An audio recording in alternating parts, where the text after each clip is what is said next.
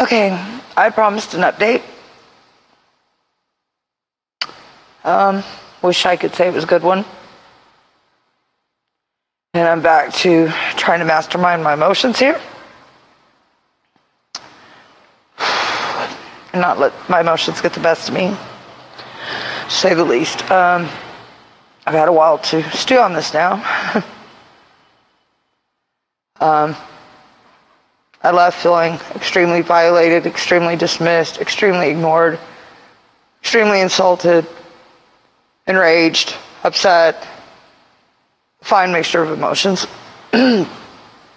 Y'all saw, once again, I'd gotten grounded, centered, I was positive. New day, new doctor.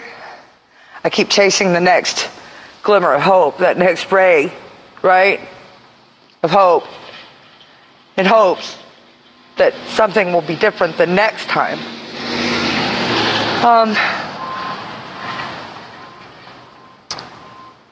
They kept asking why I'd went to ER. I explained I was hoping to yield different results because my family practitioner has not addressed things very well as is, and that I had that hope that with the ER having valued and assessed me, that they had the ability to refer me to an infectious disease doctor, right? Given the nature of what I must go through, what I must face. Seemed like the nurse was listening. She seemed to be kind-hearted and all ears. We even checked out the first side I could think of, and she was helping Morgellons afflicted patients, researching them. So off the top of my head, so she wouldn't just pull up whatever one she wanted to that would say I was just cuckoo. I routed her to a better site and showed her. That seemed to be going pretty well. I still had hope, if you will. Well, then here comes the doctor I've never seen before, and to have to explain to him, which right off bat, I thought it odd that he came in with that like wheelie diagnostic machine or whatever, I don't know what you call it, and I can't even think straight. And he like door jammed the door with just him and I in there, which was kind of very odd, right? I've never had a doctor do that to me before. We discussed the Morgellons factor. I told him most in the medical community are not familiar with it or aware, and if they are, they're quick to dismiss you as delusional, right? We went down that journey together, and I explained to him that me and my medical doctor, my family medical doctor, are a little bit past that point now, because I have in fact confirmed through the initial Lyme diagnosis that it's not all in my head, right? He was quick to tell me, that I assumed that he didn't know about Morgellons, and assured me he did. He was aware of it. And I said, so you're aware then that it's not delusional, it's not just in our heads, right? Shame on me for thinking that things have progressed enough that I could be honest. Shame on me. Oh yeah, he cared and was aware, all right. Just like most of them are so aware. No, he checked out the sores on my legs, and then he was quick to want to lift up my shirt. Although I assured him I didn't have many on my upper extremities aside from on my arms. Then he, guys, wanted me to remove my personal effects, if you will, on my upper extremities. I assured him that wasn't going to happen, that I was extremely uncomfortable. Like I said, there was no assistant, no nurse in the room, nothing. And I assured him there was nothing to look at there anyway. Then he went on to insinuate that somehow I'm doing these sores to myself, right? Who would have thunk? Oh yeah, I have a field day. I like to make my life miserable, so I create these sores myself, guys. Yeah, that's what it is, and it's all in my fucking head. Forgive me.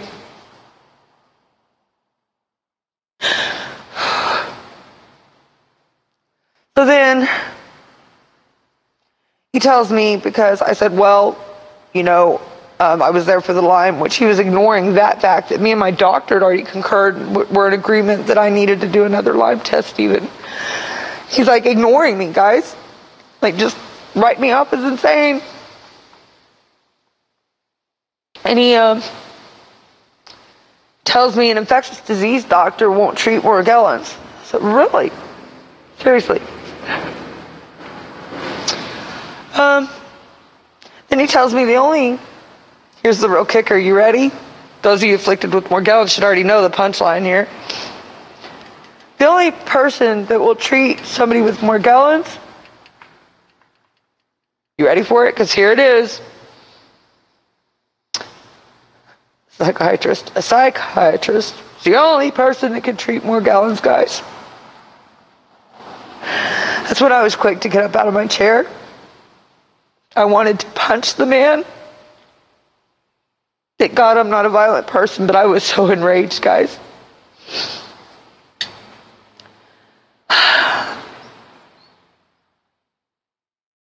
Told him I gotta go. I said, I refuse to sit here while you demean me and insult my intelligence, while this thing consumes me and slowly kills and tortures me. And y'all leave it ignored just to suggest that I'm somehow incompetent and delusional. I was so mad I could barely cry, guys. I stormed out of that office. So I've now lost all hope in the medical community. Although I graduated at the honors, the top of my class, although I've done my own intern for my own orthopedic that has done all my invasive, extensive back surgeries, although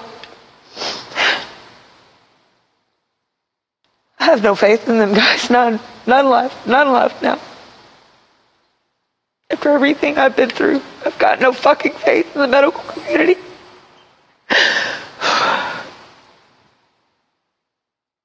I'm tired of being enraged. I'm tired of being upset. I'm tired of being bitter. I'm tired of being ignored. I feel so unloved. I feel so unhelped. I feel so dismissed. I feel so...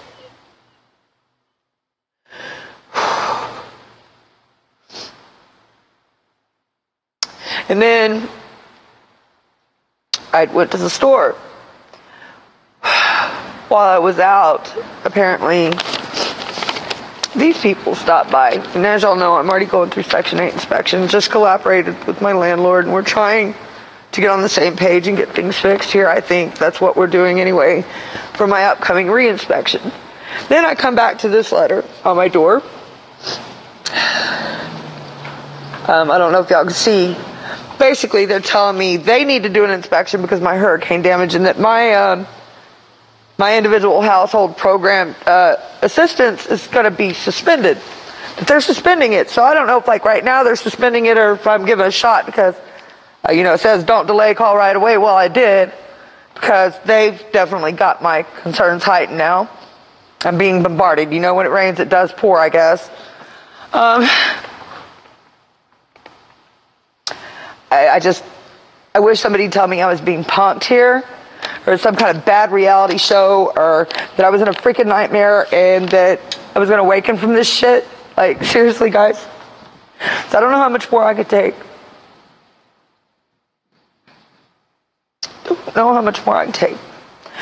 So, although I know it's not advisable, it's not the healthiest means in which to cope or to deal, I'm going to do the only thing I know how right now. I'm going to have me a drink. I'm going to get grounded, centered, and focused again. Do what I've got to do here at my house because I have no one to help me. And I'm going to distract my mind the best I can, address these things, and hopefully get on with you guys and seeing.